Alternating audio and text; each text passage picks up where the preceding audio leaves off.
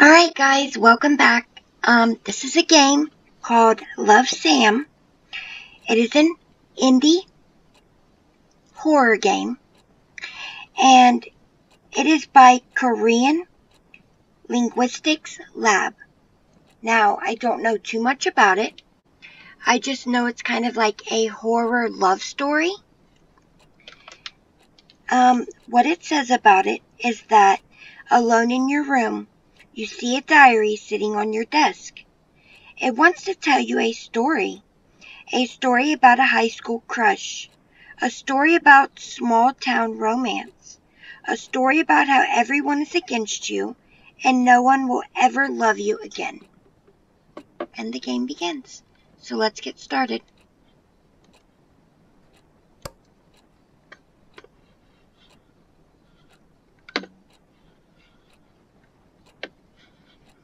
I'm guessing this is my room.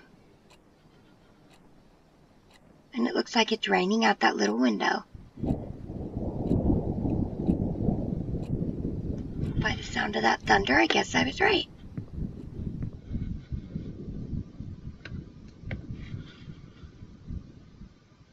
Yeah, by the looks of it, it looks like I might be in a college dorm. Or it could just be an apartment.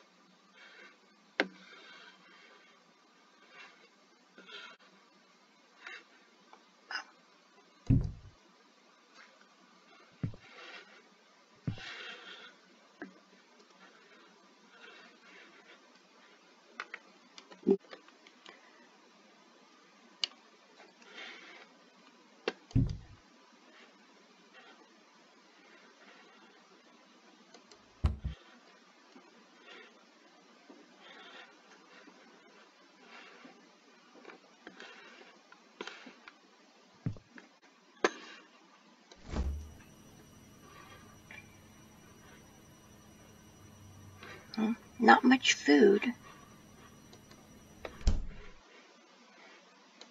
Can't open the freezer part or the stove. Okay.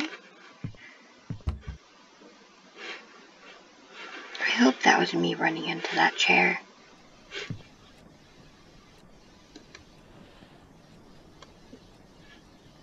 My dirty little secrets. Read on to move on. Okay, well, I don't want to move on yet. Can I not get out of it? There we go. I still want to look around.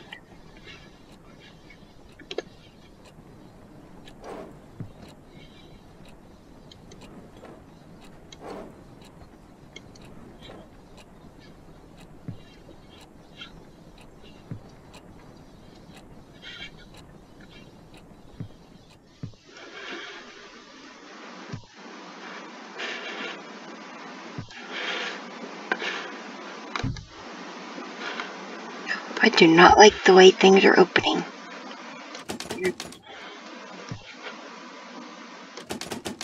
Okay, can't look through the peephole.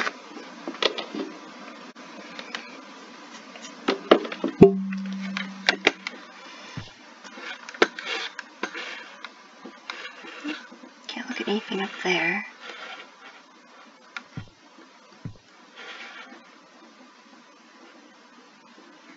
I can't tell if I'm a girl or a guy.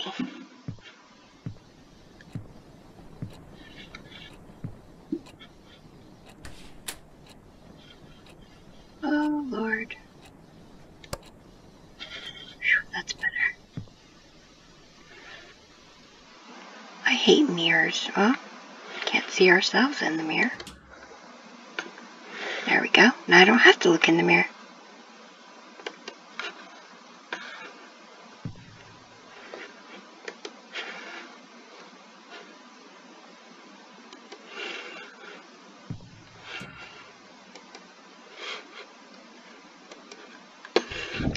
Open the curtain.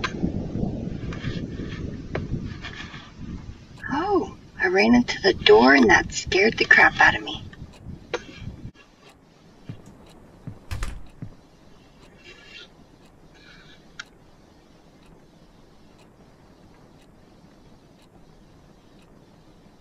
Um, thank you, I guess.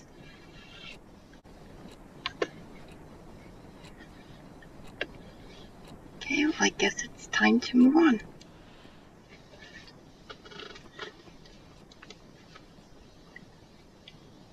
My dirty little secrets. Oh, there we go.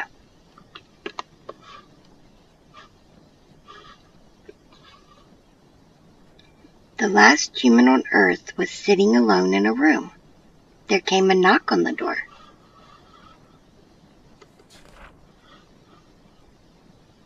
I've never cared for keeping a diary, but now seems to be a good time to start keeping one. Why? Because after all these years, I just can't forget about what used to be the light of my life. I know, over-dramatic much? So I'm guessing I'm a girl. Knowing Brian Colmer as much as I did is bound to leave that big chunk of residue. Let's just say this diary was what's left of our relationship. 3 years, no. 3 years have passed and the world around me is still the same. Well, except for me. I look like a mummified corpse. What would B say if he saw me again? B left Rosin Peak the moment he graduated high school to go to a fancy college of his dreams. Since then, I could only rely on my memories of him to keep on going. I wonder if it was the same for him too.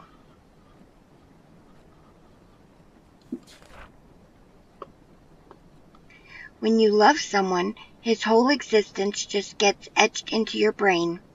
So no matter how much B changes, I will always know it's him. But, will B do the same for me?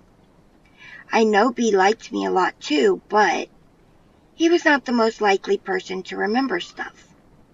Considering how long 3 years felt for me, it's possible he did forget me.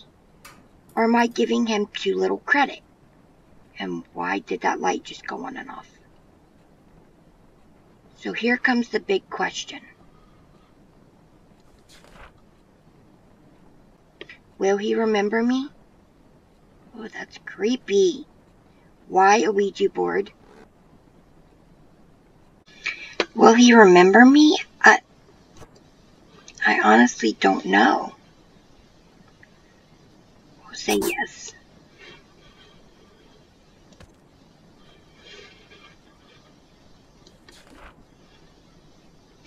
Who am I kidding? It's B we're talking about. We didn't have the most perfect relationship, but he won't just dump his memory of me down the toilet or something. He's too much of a nice guy for that. And don't forget cute. I just hope our time together was meaningful enough to him. Enough to make him cherish even the darkest ones. The darkest ones? What did you do? Speaking of cherishable memories, I wonder what happened to Joe's Diner. Used to be my favorite place, naturally because it was B's favorite place to begin with. If there were two things that were too good for Rosin Peak, it would be Brian and Joe's Diner. Home of the best pancakes in the world, Brian Colmer. Joe's Diner, burger and pancake. 5-star, Brian Colmer.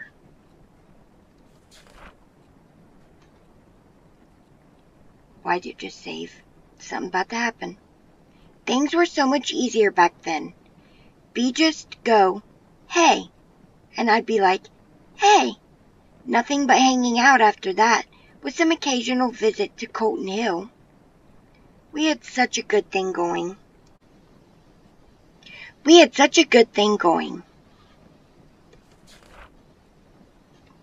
Will he remember my voice? Will he?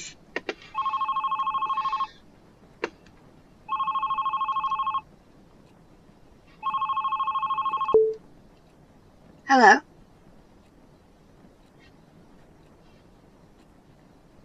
Hello? Goodbye.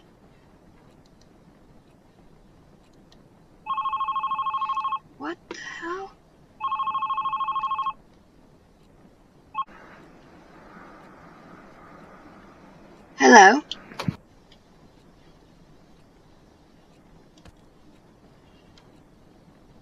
I was left clicking instead of right clicking, guys.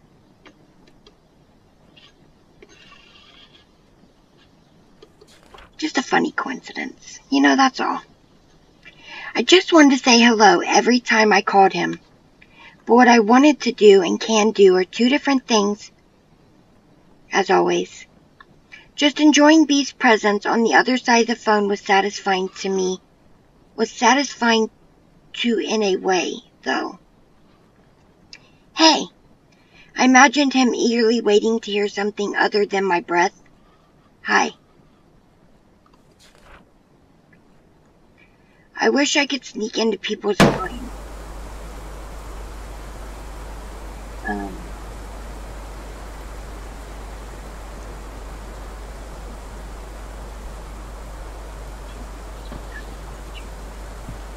Just another coincidence.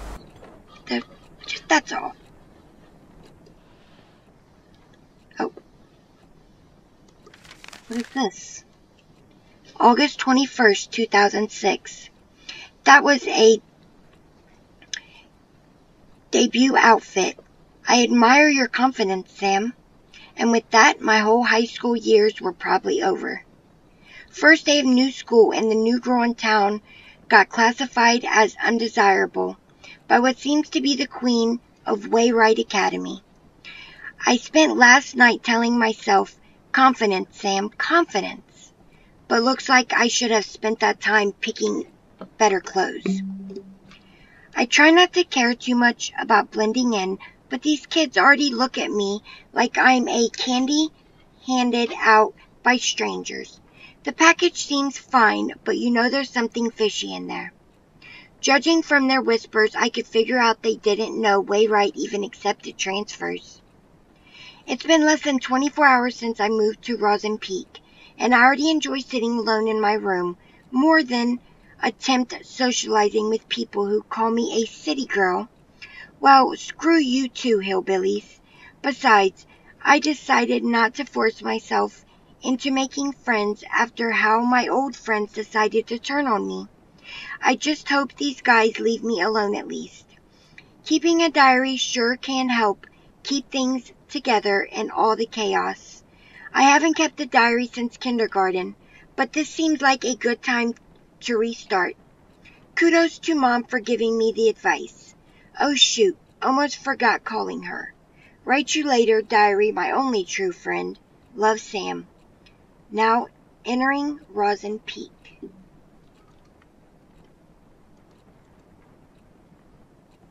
Okay. Look beyond their eyes just by staring. If I had that power, I would never stop looking through B's window. Girl, you have a problem. Will B remember the moment he came into my life?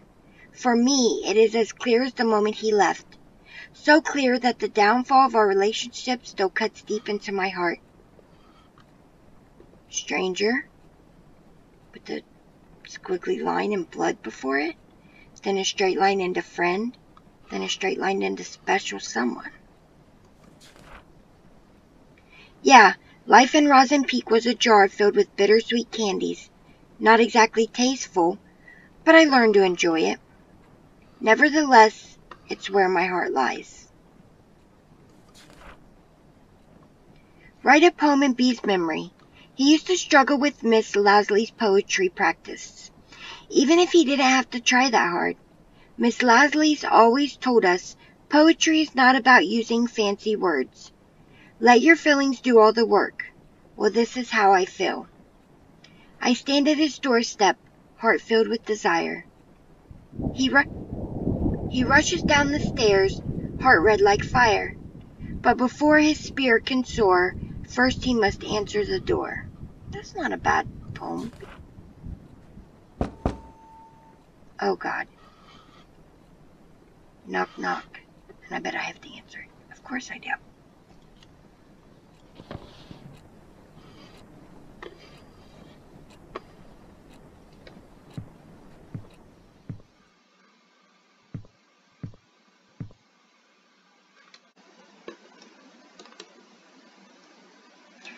Okay. I guess it's gonna make me look in the hall. Can't really see anything. It's too dark.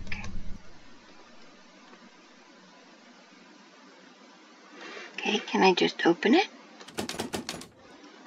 Do I need a key?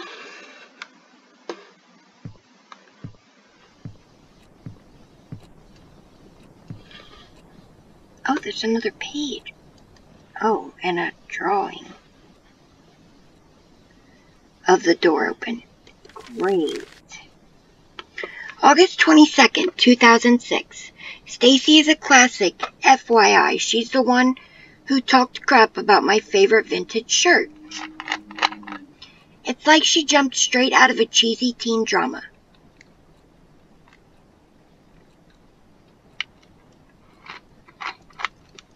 Blonde, hot, always talking, and a cheerleader. She even has a beefy Jack for a boyfriend.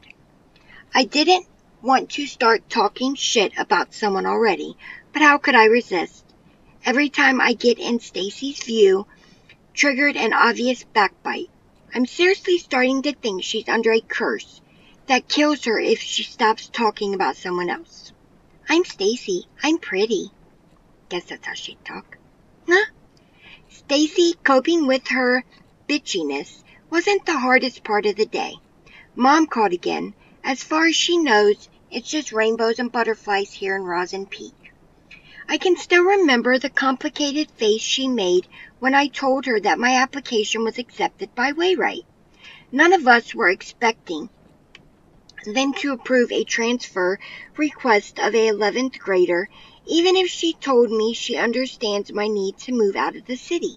I really feel guilty for leaving her alone. You already used up your last runaway chance, Sam. Get yourself together. If not for you, for Mom. Okay.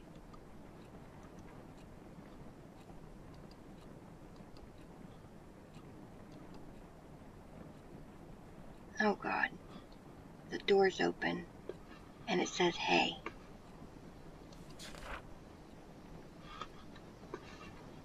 That is creepy. Other Wayrite kids were so predictable. Their doors were already open even before I put my hand on the knob. But B's door was closed shut and so beautifully painted. Everyone liked him, but couldn't get him to open up. And a keyhole with a creepy mouth under it. I knew there was something more beyond that pretty paint. Something beyond his bright smile. But on the other hand, being able to hang out with him was good enough blessing for me. Enough to make me want to never leave his side. Never, ever. This girl's a creepster.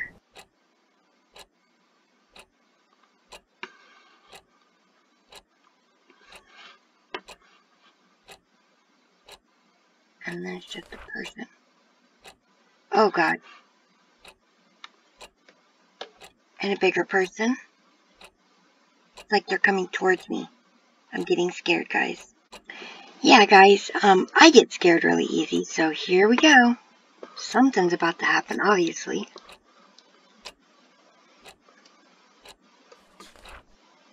And bigger. Oh God, I don't think it's gonna get any bigger, or they're here.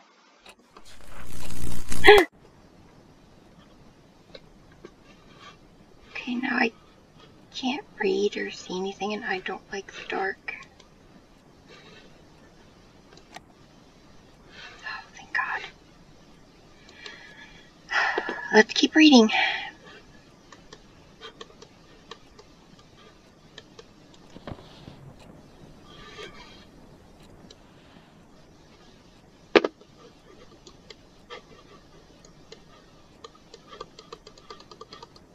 Oh, there's another page. August 24th, 2006. My first Rosin Peak weekend. As the name itself gives away, the small town fits perfectly as a setting for a mystery horror genre. Lush forest, endless hills, and a lake that I'm certain is hiding a couple of dead bodies. I could pay a visit one day and take some gorgeous shots. As for now, I'm just gonna leave these POL, on my to-do list, which is already filled with crazy amounts of homework. I now know why youngsters of Wayrite will try their best to get as far away from school as possible after class to escape from choking on the pressure that teachers give them.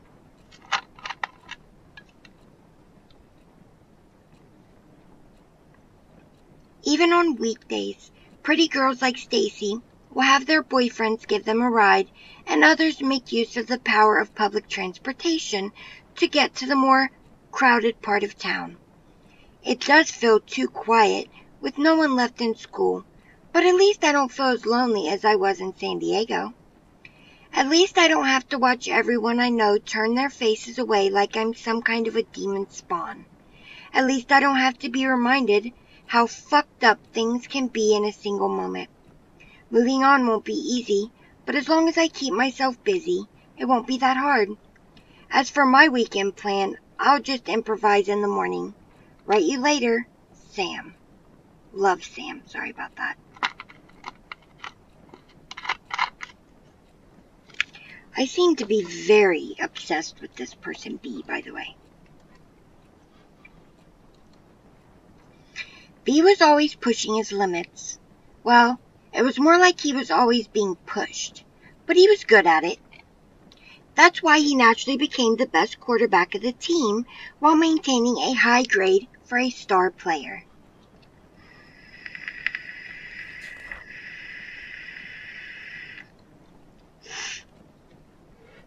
B was the best quarterback Wayrite could ask for.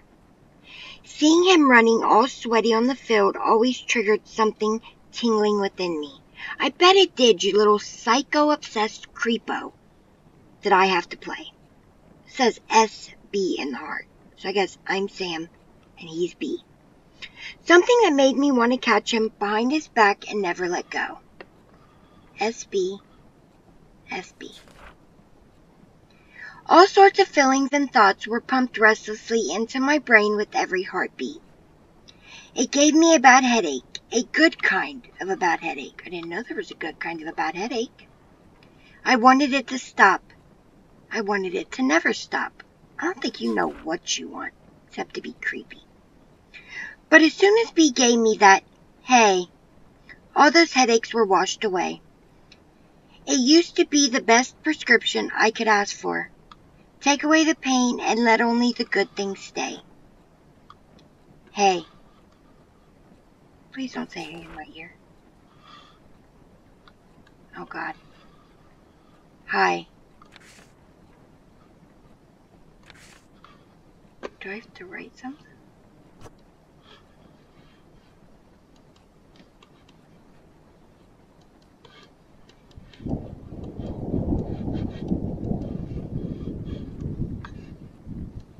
Okay, no.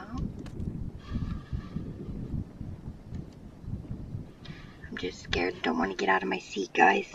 Because I'm a chicken shit. Okay, well, there was a different hi on this page. Maybe it's that? Oh, look at me. I'm just...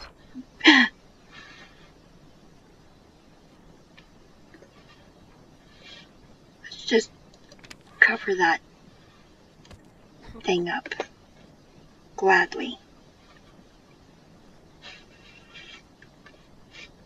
Oh, another page snuck on me. A lot of reading in this game. But from what I've read about it, I will say it looks really creepy and out there. So I'll deal with the reading till we get to it. August 31st, 2006. For boarding school Wayrite... Let me click it this way. No, that's not what I want to do. Well, guys, I hit the wrong button.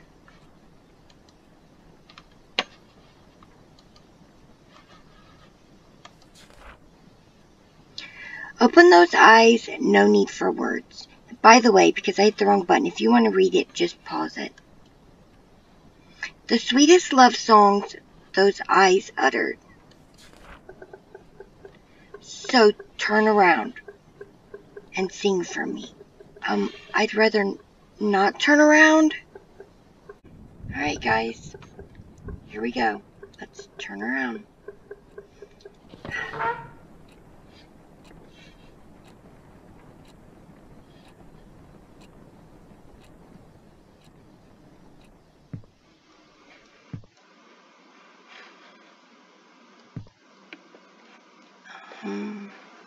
It's pointing at this.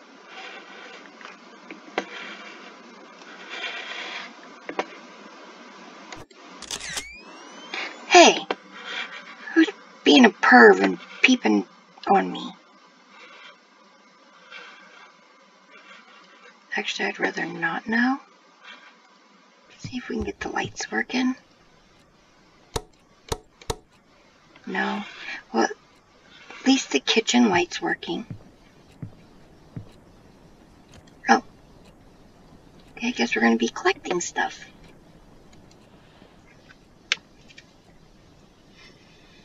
And there's more to read. September 6, 2006. Visited the library again, a bit more people than before, and among them was Brian. It's not worth the bother, but seeing a Major Skank's boyfriend's Bud wandering around the library is uncanny by anyone's standards. He must have been there to pick the book for Miss Lasley's assignment. I almost got too close to him trying to see what he was going to pick. I really hope he didn't notice that. I'd rather be known as a regular geek than a creepy one. Then don't act creepy. A jock in the library. Now I've seen everything. Woe is me. Hate to admit, but seeing Brian at the library was today's any diary-worthy event. Probably because it's the only human interaction that didn't give me this sensation of someone talking behind my back. At least today's entry is a tad more meaningful than what I wrote yesterday. I need to revise my book options now. Write you later. Love, Sam. See, that's what I was trying to do before when I clicked out of it. I clicked the wrong button.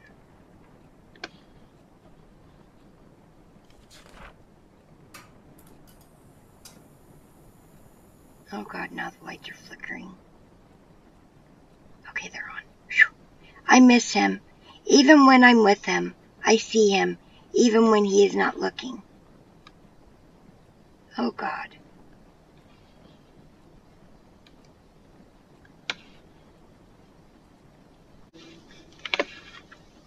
I miss him even when I'm with him.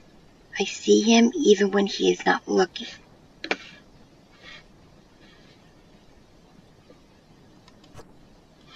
Can I write anything? No. Guess we're getting up, guys.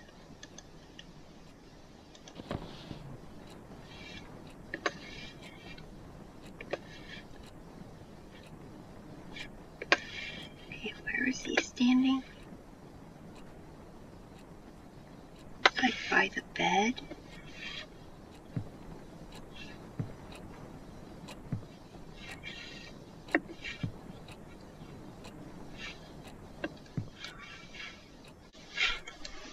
Oh, well. That's lovely. Wanted me to look under the bed.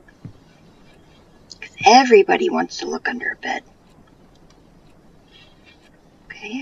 Okay, guys, there's a camera under there. So maybe we have to use this to, like, scoop it out from under there?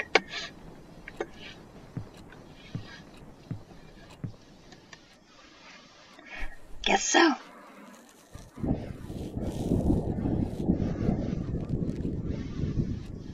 Oh, it's not a camera. What do you know? It's another paper. It was Mr. Kane's 9th psychology class, and he still managed to come up with another lame activity. This time he gave each of us a sheet and made us write down some of our own personal traits. For the next 10 cringy minutes, I managed to squeeze out some of the aspects of myself that I could hate less. After that, Mr. Kane told us to think about whether or not others would agree to each of them. He called it renegaging the perspective toward oneself. Blah, blah. Well, like I really needed to reevaluate my stupid self. But it's not the dumb subconscious exercise that's bugging me right now. When the papers were being passed around, Brian, yep, him again, kinda smiled at me. It's 11 p.m. now. Why am I writing about this? It's most likely an accident glance. But I still don't know why the very image hovered in my head for the rest of the class. Okay, the rest of the day. Stupid Brian Probst wanted an excuse for screwing up today's math test.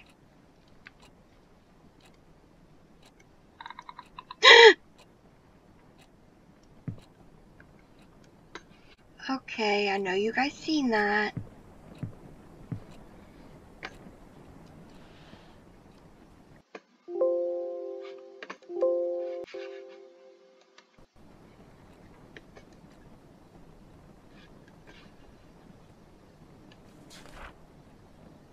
As the time we spent together grew longer, one question kept on growing with me. What does the me in B's eyes look like? Okay guys, it just saved, so we're going to leave it here. Don't want this video to be too long. Since you just seen the creepy thing, you know it's about to get creepy. I hope you enjoyed this. Please don't forget to like, subscribe, and hit that bell. And I will see you guys in the next episode. And, leave me a comment. Let me know if you like this and if you even want to see more. Alright guys, bye.